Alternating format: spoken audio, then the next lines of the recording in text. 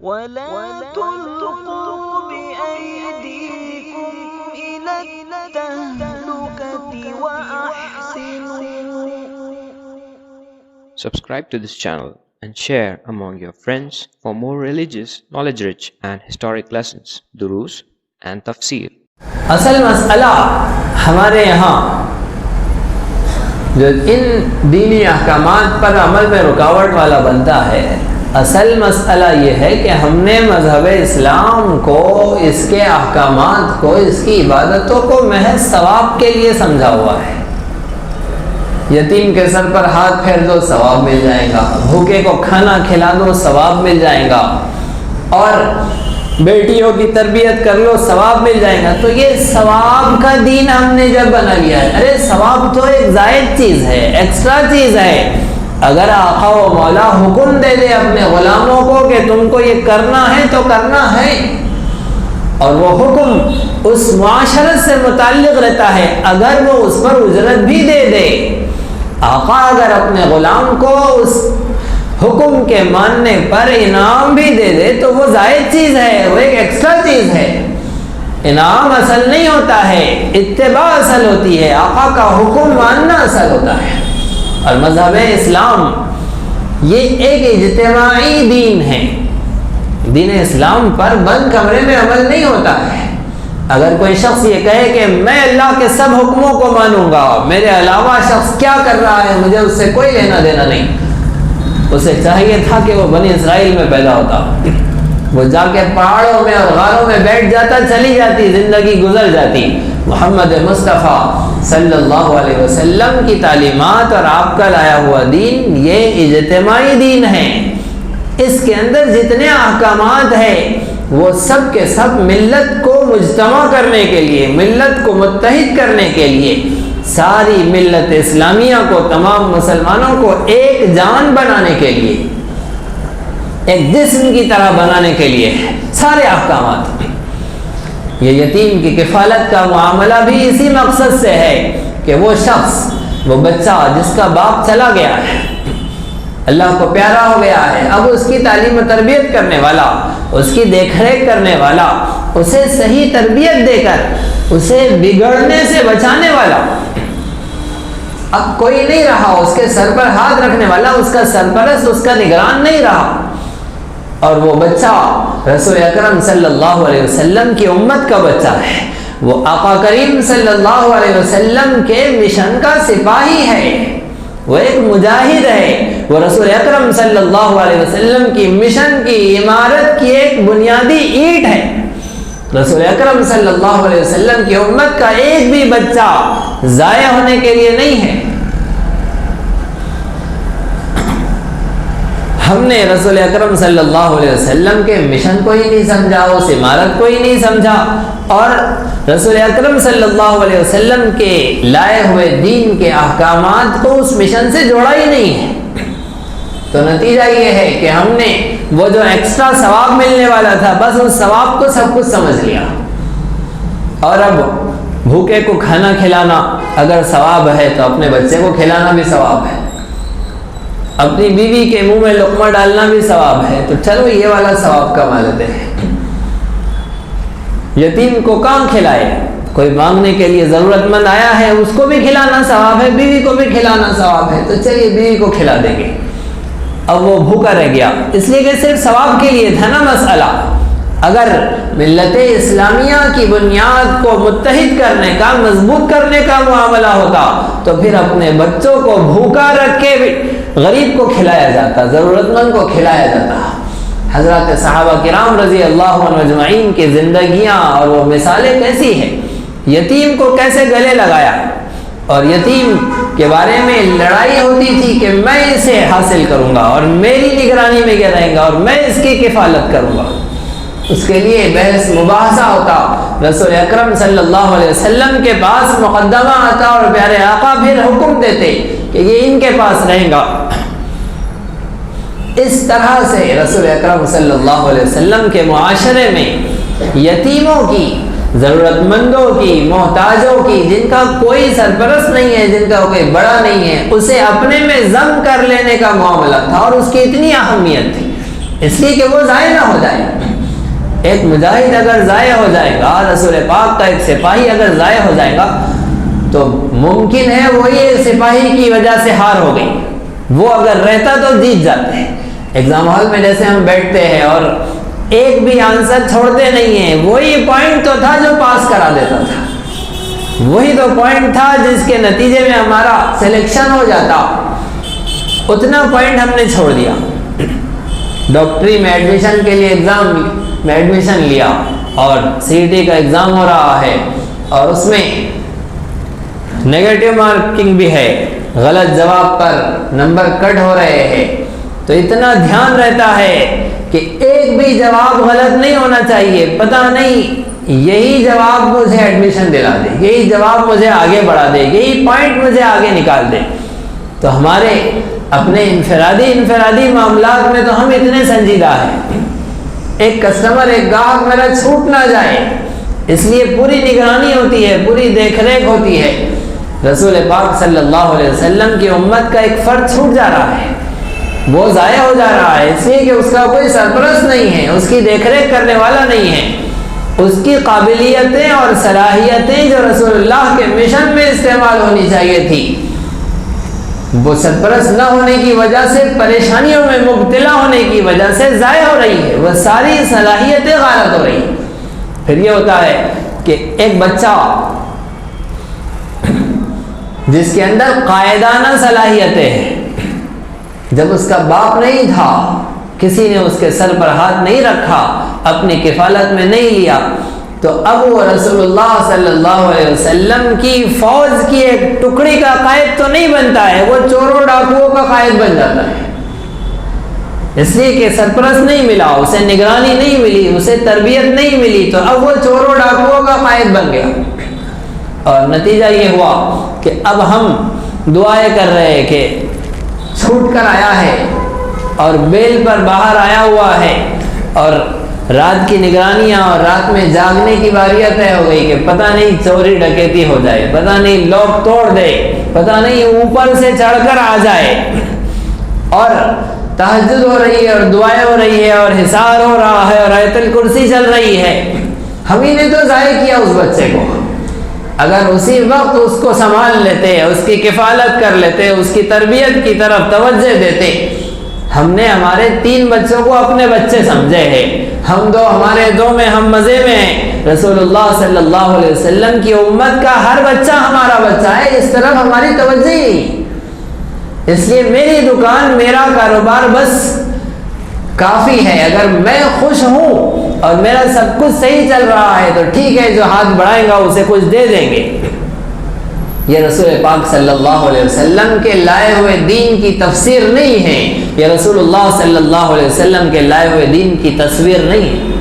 رسول پاک صلی اللہ علیہ وسلم کی لائی ہوئی تعلیمات کی صورت اور شکل تو یہ ہے: مثل المؤمنین فی توادہم وتراحمہم وتعاطفہم مثل الجسد اذا اشتکى منہ عضو تداعى له سائر الجسد بالسہر والحمى. رسول پاک صلی اللہ علیہ وسلم ارشاد فرما رہے ہیں، مومنین کی مثال آپس میں ہمدردی میں، محبت میں، ایک دوسرے پر نرمی اور شفقت میں، ایک دوسرے کو ساتھ لے کر چلنے میں، ایک دوسرے کے دکھ درد میں شریک ہونے میں، دکھ درد بانٹنے میں.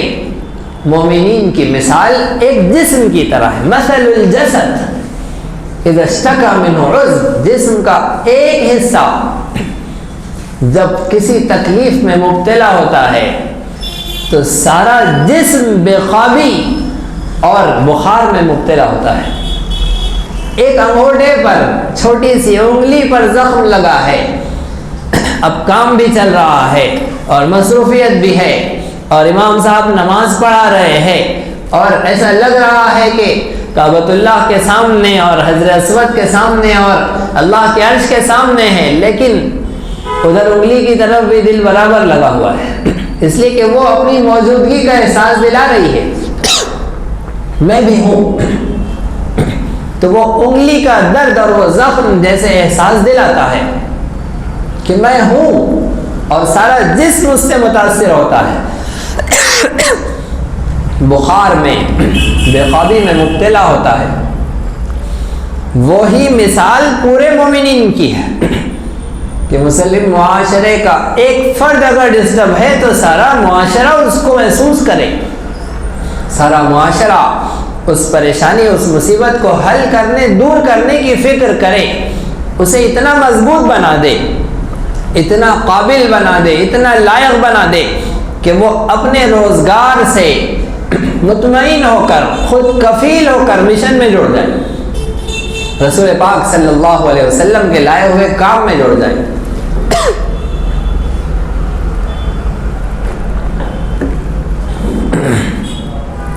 اب ہمارا معاملہ یہ ہے کہ ہم خود نہیں جڑے ہوئے ہیں تو ہم کیا فکر کریں کہ کوئی جڑے اور کوئی آئے اور کوئی پریشان حال اپنے پریشانیوں کو دور کر کے ادھر آئے۔ اگر قرآن مجید کا طالب علم بھی اس کو نہیں سمجھ رہا ہے،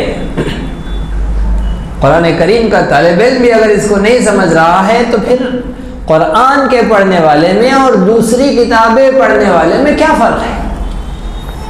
قرآن کریم تو رسول پاک صلی اللہ علیہ وسلم کے لائے ہوئے دین کی صحیح تصویر پیش کرے گا، صحیح شکل پیش کرے گا، اس کی صحیح صورت پیش کرے گا، رسول پاک صلی اللہ علیہ وسلم کے معاشرے کا صحیح تصور قرآن پیش کرے گا۔ دیگر کتابیں جو لکھی گئی ہے وہ الگ الگ مقاصد کے ساتھ معاشرے کی الگ الگ صورتحال کو سامنے رکھ کر لکھی گئی ہے۔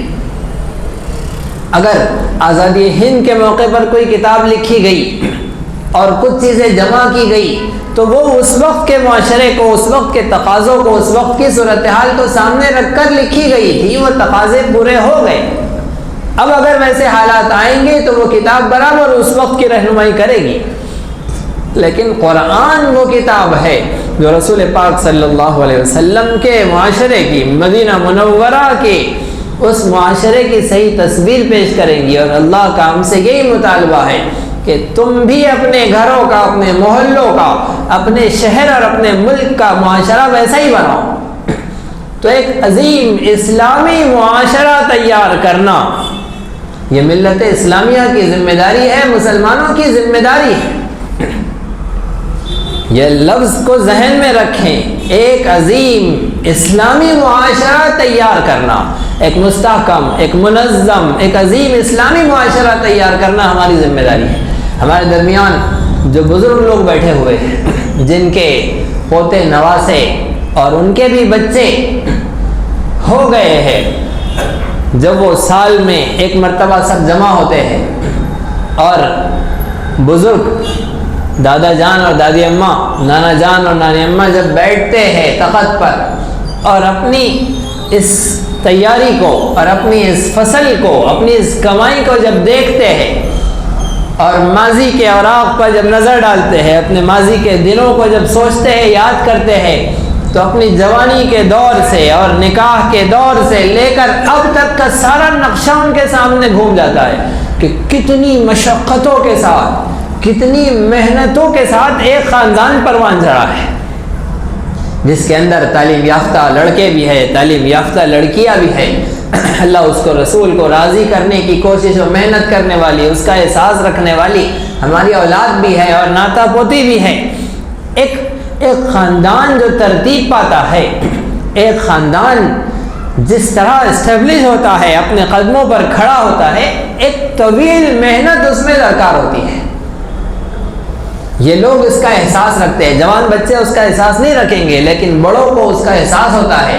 رسول پاک صلی اللہ علیہ وسلم کے امت میں ہونے کی حیثیت سے ایک خاندان کو کھڑے کرنے کی ہماری ذمہ داری نہیں ہے، ساری امت کو کھڑا کرنا ہماری ذمہ داری ہے، ساری امت کو مستحکم اور منظم بنانا ہماری ذمہ داری ہے۔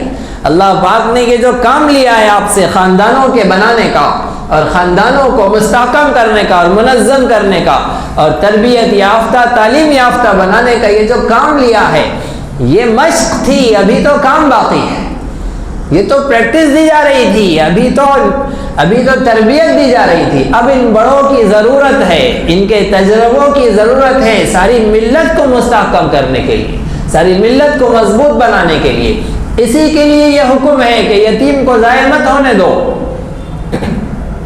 اس لیے کہ جب یہ مشن مکمل ہوگا اور رسول پاک صلی اللہ علیہ وسلم کی امت منظم ہو جائے گی، مستحکم ہو جائیں گی، پھر اجتماعی طور پر یہ جن فیصلوں کو لیں گی اور جو کام کریں گی اور جس طرح قدم بڑھائیں گی، اور رسول پاک صلی اللہ علیہ وسلم کا دین دنیا کے اندر غالب ہوگا، تو ظاہر بات ہے ایسی محنت کرنے والا اور وہ یتیم بچے کو اٹھانے والا اور اس کے سر پر ہاتھ رکھ کے اس کو قابل اور لائق بنانے والا اگر رسول پاک صلی اللہ علیہ وسلم کے پڑوس میں نہیں رہے گا جنت میں تو کہاں رہے گا؟ تو یہ سلسلہ تھا، یہ ایک کڑی تھی پوری. ہم نے یہ سارے سلسلے کو تو نظر انداز کر دیا، بس اتنا عمل اور اس پر ملنے والا ثواب، اور اس سے خوش ہے کہ ہم کو وہ ثواب مل جائے گا. اللہ پاک دیں گے ثواب، دینے والے وہ ہیں، ان کو کون روک سکتا ہے. لیکن دین اسلام کی صحیح تصویر یہ ہے اور رسول اکرم صلی اللہ علیہ وسلم کے لائی ہوئی تعلیمات اور احکامات پر عمل کا مقصد یہ ہے. فَذَلِكَ الَّذِي يَدُعُ الْيَتِيمَ، اسی لیے تو یتیم کے دھکے دینے والے سے اتنی ناراضگی کا اظہار کیا جا رہا ہے. یتیم کو دھکا دینے والا، دھتکارنے والا، اس سے اتنی سخت ناراضگی کا جو اظہار ہے کہ یہ بدلے کے دن کو جھٹلا رہا ہے، یہ قیامت کو جھٹلانے والا ہے، یہ منافق ہے. اللہ اتنا سخت کہہ رہے ہیں، منافق کہہ رہے ہیں ایسے شخص کو جو یتیم کو دھکا دیتا ہے، اس لیے کہ اتنا بڑا کام خراب ہو رہا ہے، اس سے رسول پاک کا ایک امتی ضائع ہو رہا ہے اس وجہ سے. اس لیے اس حکم کی اتنی اہمیت ہے. یتیم کے بارے میں رسول اکرم صلی اللہ علیہ وسلم کا ایک بڑا خوبصورت واقعہ، ایسے تو کئی واقعات یتیموں سے متعلق. ایک مرتبہ پیارے آقا صلی اللہ علیہ وسلم کی مجلس بیٹھی ہوئی تھی اور ایک صحابی آئے اور آ کر کہا، پیارے آقا میرا بچہ 2 دن سے گم ہو گیا ہے، دعا فرما دیں میرا بچہ مل جائے، میں بہت پریشان ہوں. صحابہ بیٹھے ہوئے تھے، دیکھا، پہچان لیا، کہا کہ اللہ کے نبی میں جانتا ہوں ان کا بچہ کہاں ہے. میں ابھی آ رہا تھا، راستے میں ایک باغ کے پاس بچوں کے ساتھ کھیلتا ہوا ان کا بچہ مجھے نظر آیا. بس اتنا سننا تھا کہ وہ باپ جو 2 دن سے اپنے بچے کی بے چینی میں اور اس کو دیکھنے اور اس سے ملنے اور اسے لپٹانے کے لیے ترس رہا تھا، وہ تیزی سے بھاگنے لگا. پیارے آقا نے فرمایا رکو رکو، ادھر آؤ. کہا اتنی بھی کیا جلدی ہے؟ فرمایا، کہنے لگے کہ اللہ کے نبی 2 دن سے بے چین ہوں میں بچے سے ملنے کے لیے، ایک باپ کا احساس آپ جانتے ہیں، مجھے جانے دیجئے. اللہ کے نبی صلی اللہ علیہ وسلم نے فرمایا ہاں جاؤ، لیکن یاد رکھو جب تم وہاں جاؤ گے اور تمہیں تمہارا بیٹا نظر آئے گا تو اسے بیٹا کہہ کر مت پکارنا، اس لیے کہ 2 دن سے نہ ملنے پر جو تمہارے دل میں رقت ہے اور جو محبت جوش مار رہی ہے، اس محبت کے ساتھ اپنے بیٹے کو بیٹا مت کہنا، اس کا نام لے کر اسے پکارنا. ان صحابی نے کہا کہ اللہ کے نبی میں بیٹے کو بیٹا نہ کہوں تو کیا کہوں؟ کیوں اس کا نام لینا ہے؟ بیٹا کیوں نہ کہوں؟